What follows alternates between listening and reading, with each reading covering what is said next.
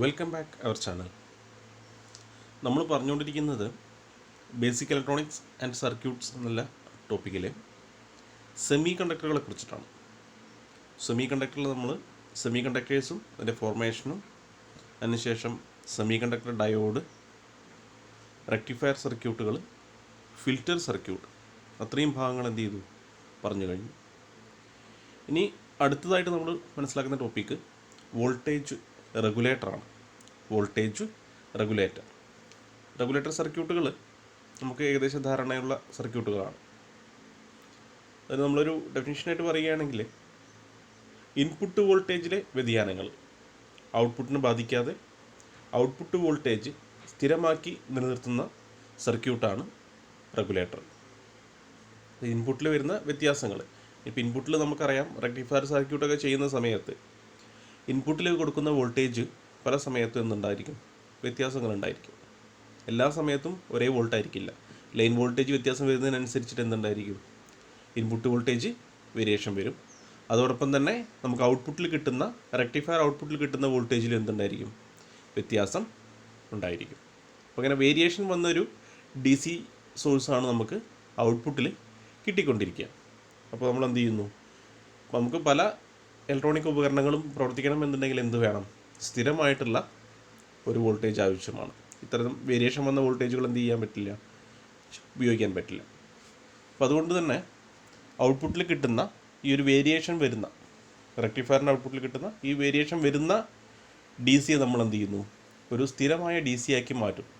അങ്ങനെ സ്ഥിരമായിട്ടുള്ള D C ആക്കി മാറ്റുന്ന പ്രവർത്തനമാണെന്ത്, വോൾട്ടേജ് റെഗുലേഷൻ അഥവാ സ്റ്റെബിലൈസേഷൻ എന്ന് പറയും. സ്റ്റേബിളാക്കി നിർത്തുക, സ്ഥിരമാക്കി നിർത്തുന്ന പ്രവർത്തനമാണെന്ത്, സ്റ്റെബിലൈസേഷൻ.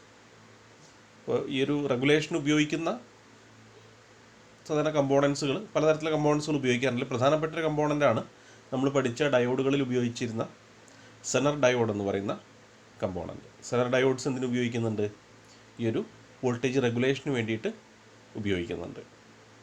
അതുപോലെ തന്നെ ഐ സികൾ ഉപയോഗിക്കാറുണ്ട്. അങ്ങനെ പല രീതിയിൽ എന്ത് ചെയ്യുന്നുണ്ട്, സ്റ്റെബിലൈസ് ചെയ്യുന്നുണ്ട്.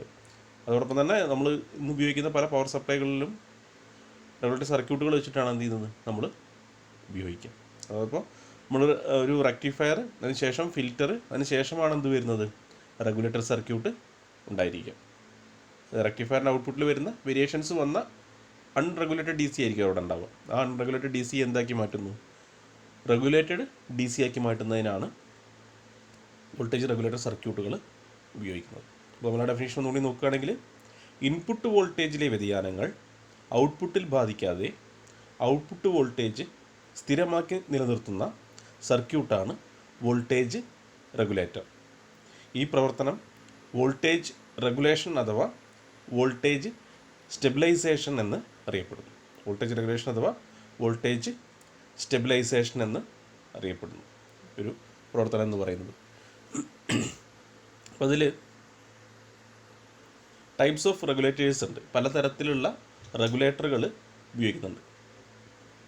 ഇതിലൊരു സീരീസ് റെഗുലേറ്ററായിട്ടും ഷണ്ട് റെഗുലേറ്ററായിട്ടും ഇവിടെ ഒരു ബ്ലോക്ക് ഡയഗ്രാം കാണിച്ചിട്ടുണ്ട്. അപ്പോൾ ഒരു ഇൻപുട്ട് കൊടുത്തതിന് ശേഷം നമ്മൾ അതിൽ ഉപയോഗിക്കുന്ന റെഗുലേറ്റർ ഡിവൈസ്, റെഗുലേറ്ററായിട്ട് ഉപയോഗിക്കുന്ന കമ്പോണൻ്റ് എന്താണോ ആ കമ്പോണൻ്റ് ആ ലോഡിന് സീരീസ് ആയിട്ട് ഉപയോഗിക്കുന്ന രീതിയിലാണുള്ളതിനാണ് എന്ത് പറയുന്നത്, സീരീസ് റെഗുലേറ്റർ സർക്യൂട്ടുകൾ എന്ന് പറയുന്നത്.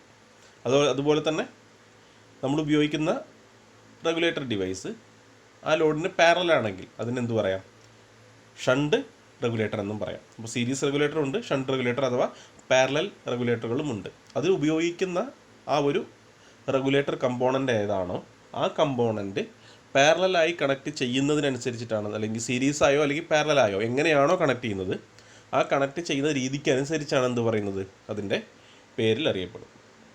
ഇവിടെ ടൈപ്സ് ഓഫ് റെഗുലേറ്റർ എന്ന് പറഞ്ഞൊരു ചെറിയ ഷോർട്ട് നോട്ടായിട്ട് കൊടുത്തിട്ടുണ്ട്.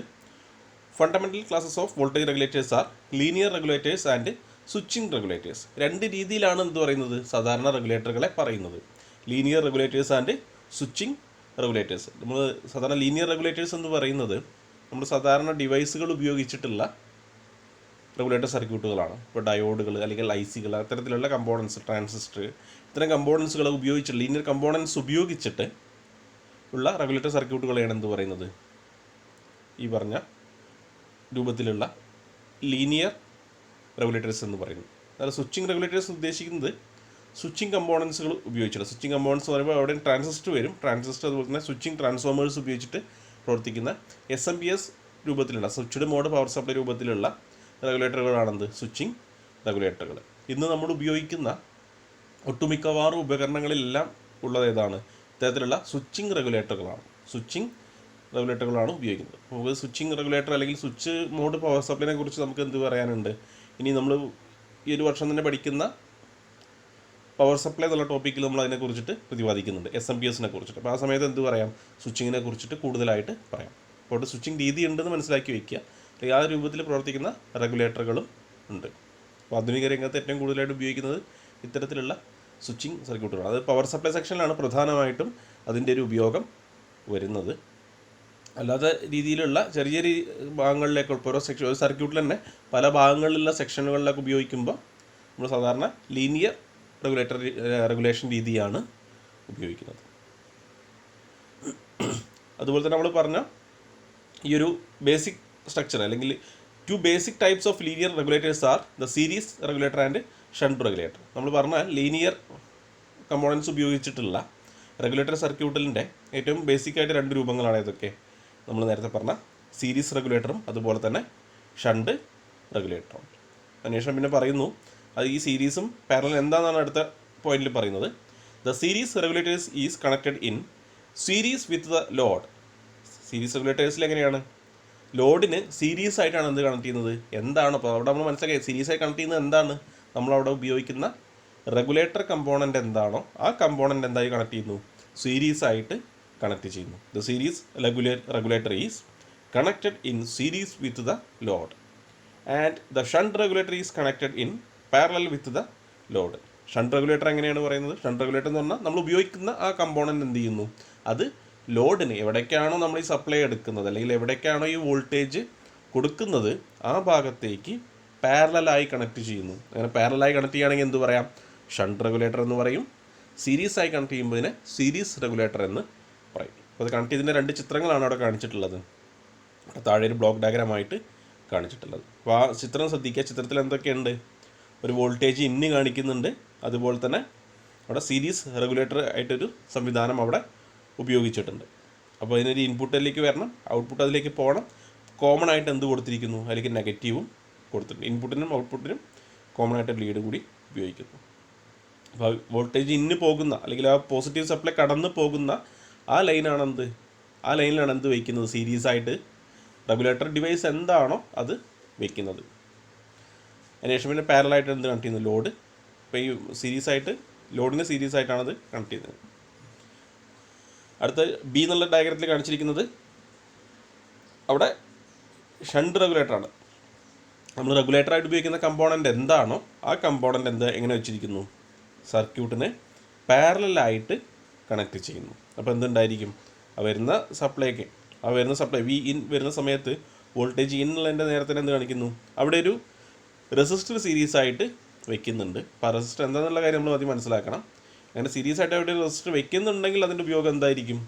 നമ്മൾ ഉപയോഗിക്കുന്ന ആ റെഗുലേറ്റർ ഡിവൈസിന് ഒരു പ്രൊട്ടക്ഷന് വേണ്ടിയിട്ട് ആ വരുന്ന സപ്ലൈയെ അധികം കൂടുതൽ സപ്ലൈ വരികയാണെങ്കിൽ അതിനൊന്ന് ഡ്രോപ്പ് ചെയ്യാനാണ് എന്ത് ഉപയോഗിക്കുന്നത്? അവിടെയുള്ള ആ റെസിസ്റ്റർ ഉപയോഗിച്ചിട്ടുള്ളത്. അതിനുശേഷം പിന്നെ എന്ത് കൊടുക്കുന്നു? ആ സപ്ലൈ നേരെ അവിടെ പാരലായിട്ട് കണക്ട് ചെയ്തിരിക്കുന്ന റെഗുലേറ്റർ ഡിവൈസ് എന്താണോ അതിലേക്ക് കണക്ട് ചെയ്യുന്ന രീതിയിലുമാണ് ഉപയോഗിക്കുന്നത്. ഈ രീതിയിലാണ് 2 റെഗുലേറ്റേഴ്സാണ് കോമൺ ആയിട്ട് നമ്മൾ പറയുന്നത്. സീരീസ് റെഗുലേറ്റർ അതുപോലെ തന്നെ ഷണ്ട് റെഗുലേറ്റർ. ഇതെന്താണ്? രണ്ടും എന്താണെന്നുള്ള കാര്യം എന്ത് ചെയ്യുക? മനസ്സിലാക്കി വയ്ക്കുക. റെഗുലേഷൻ എന്ന് പറഞ്ഞു കഴിഞ്ഞാൽ വോൾട്ടേജിനെ സ്ഥിരമാക്കുന്ന പ്രവർത്തനമാണ്. അപ്പോൾ സ്ഥിരമാക്കുന്ന ആ പ്രവർത്തനത്തിനനുസരിച്ചിട്ട് അല്ലെങ്കിൽ അതിൽ ഉപയോഗിക്കുന്ന ഡിവൈസുകൾ അനുസരിച്ച് എന്ത് പറയാറുണ്ട്? ലീനിയർ ആൻഡ് സ്വിച്ചിങ് റെഗുലേറ്റേഴ്സ് എന്ന് പറയാറുണ്ട്. അതിൽ തന്നെ ലീനിയർ റെഗുലേറ്ററിൻ്റെ ഏറ്റവും ബേസിക്കായിട്ട് 2 രൂപങ്ങളാണ് ഇതൊക്കെ: സീരീസ് റെഗുലേറ്ററും ഷണ്ട് റെഗുലേറ്ററും. സീരീസ് റെഗുലേറ്റർ എന്ന് പറഞ്ഞു കഴിഞ്ഞാൽ റെഗുലേറ്റർ ഡിവൈസ് ലോഡിന് സീരീസായി കണക്ട് ചെയ്യുന്നു. പാരലൽ റെഗുലേറ്റർ അല്ലെങ്കിൽ ഷണ്ട് റെഗുലേറ്റർ എന്ന് പറഞ്ഞു കഴിഞ്ഞാൽ റെഗുലേറ്റർ ഡിവൈസ് ലോഡിന് പാരലലായി കണക്ട് ചെയ്തിട്ട് ഉപയോഗിക്കുന്നതാണ്. അപ്പോൾ ആ കാര്യങ്ങൾ എന്ത് ചെയ്യുക? ആദ്യം മനസ്സിലാക്കി വയ്ക്കുക.